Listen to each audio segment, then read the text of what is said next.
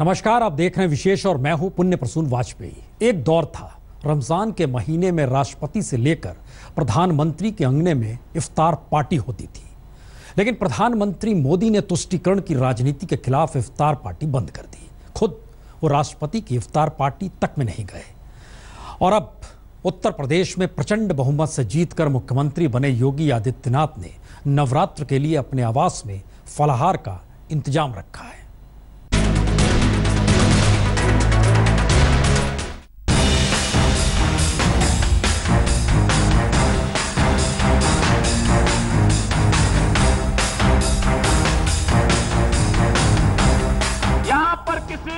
न जाति के नाम पर, न मत के नाम पर, न मजहब के नाम पर, न लिंग के नाम पर किसी प्रकार का कोई भेदभाव नहीं। विकास सबका होगा, लेकिन तुष्टीकरण किसी का नहीं होगा।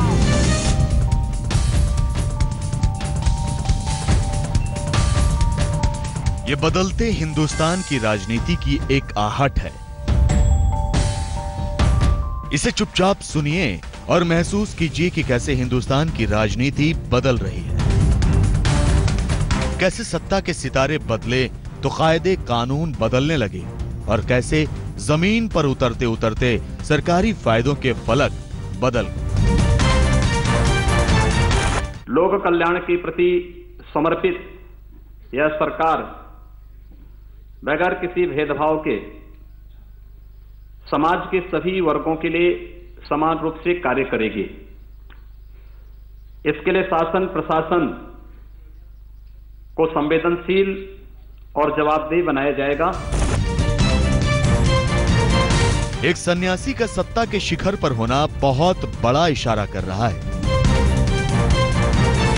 बल्कि कई पुरानी रवायतों के टूटने की खामोशी भी अब सियासी गलियारों में भांप सकते हैं। और इसकी नई शुरुआत हो रही है मुख्यमंत्री आवास में फलाहार पार्टी से। आज तक को मिली खबर के मुताबिक मुख्यमंत्री योगी आदित्यनाथ के 5 कालिदास मार्ग स्थित मुख्यमंत्री आवास में बुधवार को एक फलाहार पार्टी होनी है। बुधवार को ही नवरात्र शुरू हो रहा है और ये पार्टी शाम को होने वाली है। साफ है कि नवरात्र में मां दुर्गा के व्रतधारियों के लिए इस फलाहार पार्टी का राजनीतिक संकेत कहीं ज्यादा बड़ा है। एक तरफ पूरे उत्तर प्रदेश में अवैध बूचड़खानों के बंद हो जाने से हाहाकार, तो दूसरी तरफ योगी आदित्यनाथ पूरे नवरात्रा करेंगे फलाहार। यही नहीं, अपने सहयोगियों को योगी आदित्यनाथ ने 5 कालिदास मार्ग पर नवरात्रा के पहले दिवस पर निमंत्रण दे दिया है कि वो भी आकर उनके साथ पूरी श्रद्धा पूर्वक करेंगे फलाहार। अगर भूल गए हो तो याद कर लीजिए कि कैसे इफ्तार पार्टी से रमजान का महीना गुलजार रहता था।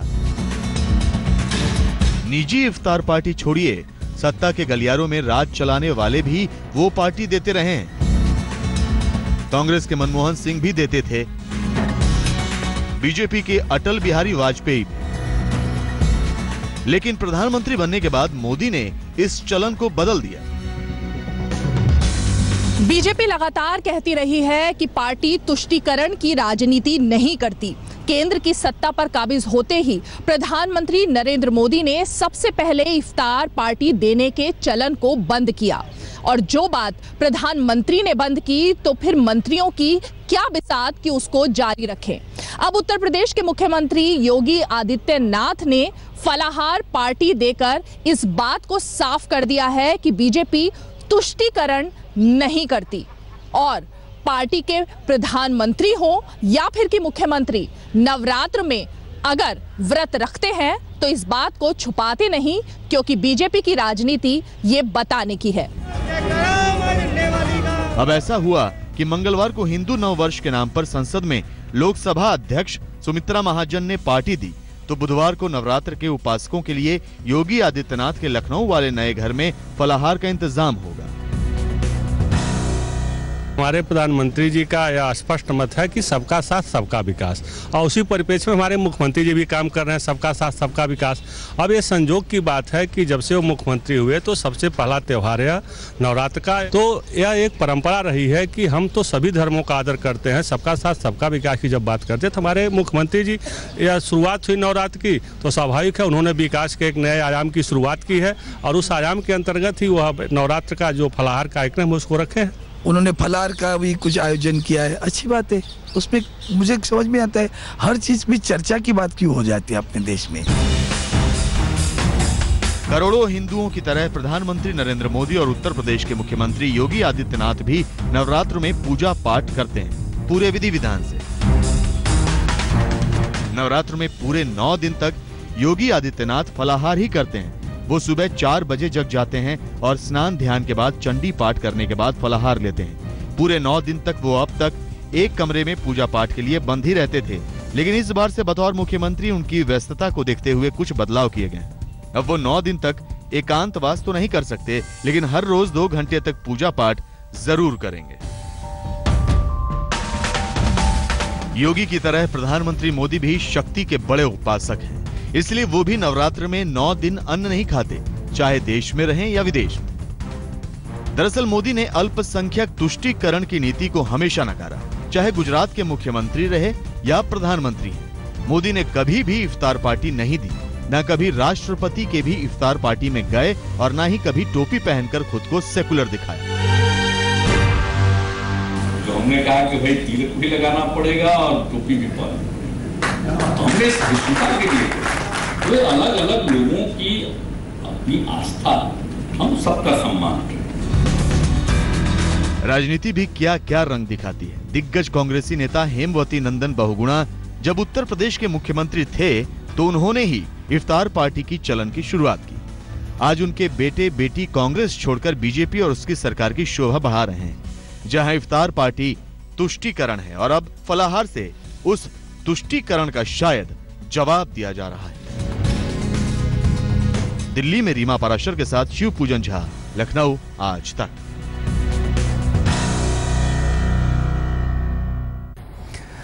मुस्लिमों को हज सब्सिडी मिलती है, वह भी धीरे धीरे कम होती जा रही है और 5 बरस पहले आए सुप्रीम कोर्ट के एक निर्देश के मुताबिक 5 बरस में इसे खत्म कर भी दिया जाएगा। लेकिन दूसरी तरफ योगी सरकार बनी तो यूपी से मानसरोवर यात्रियों के लिए 1 लाख रुपए की मदद का ऐलान हो गया और साथ ही यह भी तय हो गया नवरात्र के दौरान प्रमुख तीर्थ स्थलों पर 24 घंटे बिजली रहेगी, यानी कोई तुष्टीकरण नहीं।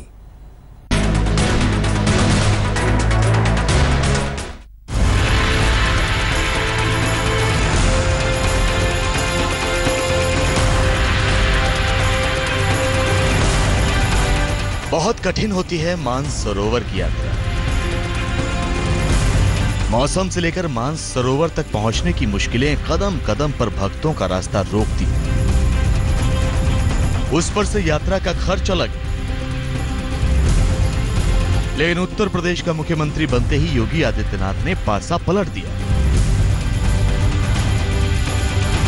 अब मानसरोवर यात्रियों को यूपी सरकार 1 लाख रुपए की मदद करेगी। उत्तर प्रदेश सरकार ने निर्णय किया है, अगर वह स्वस्थ है उसको कैलाश मानसरोवर के लिए हम लोग 1 लाख रुपए का अनुदान देंगे।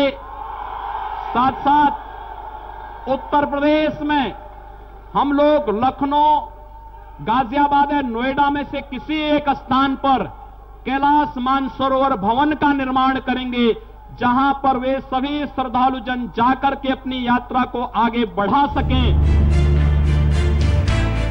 अब तक सुविधाएं तो हज यात्रियों को मिलती थी, लेकिन इसकी शुरुआत आज नहीं काफी पहले शुरू हो गई थी। 2008 में हज सब्सिडी पर 827 करोड़ रुपए खर्च हो गए। इसके बाद 2010 में मनमोहन राज में ही विदेश मंत्रालय ने हर साल हज सब्सिडी पर 10% कटौती का प्रस्ताव रखा। 2011 में ये हज सब्सिडी घटकर 685 करोड़ रुपए रह गई। 2012 में सुप्रीम कोर्ट ने केंद्र सरकार को निर्देश दिया कि 2022 तक हज सब्सिडी खत्म कर दी जाए। राज्यसभा के पूर्व उप सभापति के रहमान खान और मुस्लिम सांसदों ने भी कॉस्ट कटिंग का प्रस्ताव रखा। उन्होंने ताबुंग हाजी के मलेशियाई मॉडल को अपनाने को कहा, जिसमें हज यात्री ही कुछ पैसा निवेश करते हैं और उसको यात्रा के समय निकाल लेते हैं। फिर भी मनमोहन सरकार पर बार बार हज के बहाने तुष्टीकरण का आरोप लगता रहा। अब उत्तर प्रदेश में इकलौते मुस्लिम मंत्री कहते हैं कि अमीर मुस्लिम हज सब्सिडी लेने से बचें। बीजेपी अक्सर पुरानी सरकारों पर यह आरोप लगाती रही है कि वो अल्पसंख्यकों पर जरूरत से ज्यादा मेहरबान दिखती है। और बीजेपी ही क्यों, प्रधानमंत्री नरेंद्र मोदी तक इस बात का इशारा बार बार करते रहे हैं कि धर्म के नाम पर वो दो चश्मे से लोगों को नहीं देख सकते। भाइयों बहनों, गांव में अगर कब्रिस्तान बनता है तो गांव में स्मशान भी बनना चाहिए। अगर रमजान में बिजली मिलती है तो दिवाली में भी बिजली मिलनी चाहिए। अगर होली पे बिजली मिलती है तो ईद पर भी बिजली मिलनी चाहिए। भेदभाव नहीं होना चाहिए। प्रधानमंत्री ने यह बयान उत्तर प्रदेश विधानसभा चुनाव के दौरान ही दिया था। अब प्रचंड बहुमत की सरकार बनी तो साफ हो गया कि पहले नवरात्र पर उत्तर प्रदेश के धार्मिक स्थलों पर 24 घंटे बिजली मिली। भी शक्तिपीठ हैं उन सब के लिए तो अधिकारियों को दिशा निर्देश जारी किए गए कि 28 से नवरात्रि शुरू हैं। पूरे नवरात्रों तक पूरी तरह से सभी श्रद्धालुओं को सुख सुविधाएं वहां जो आवश्यक हैं वो रहें और सुरक्षा मुहैया हो, उसके लिए सभी प्रशासनिक अधिकारियों को दिशा निर्देश जारी किए हैं। एक तरफ मानसरोवर यात्रियों के लिए 1 लाख रुपए की मदद और दूसरी तरफ हज सब्सिडी छोड़ने की अपील। तो क्या सरकार एक तुष्टीकरण को दूसरे तुष्टीकरण से काट रही है? इसके जवाब में योगी सरकार विकास का जाप भी कर रही है, जिसमें यूपी के सभी लोगों की बेहतरी की दुहाई है, बगैर किसी भेदभाव के।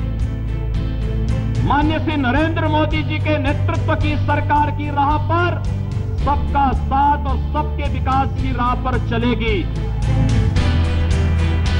आज तक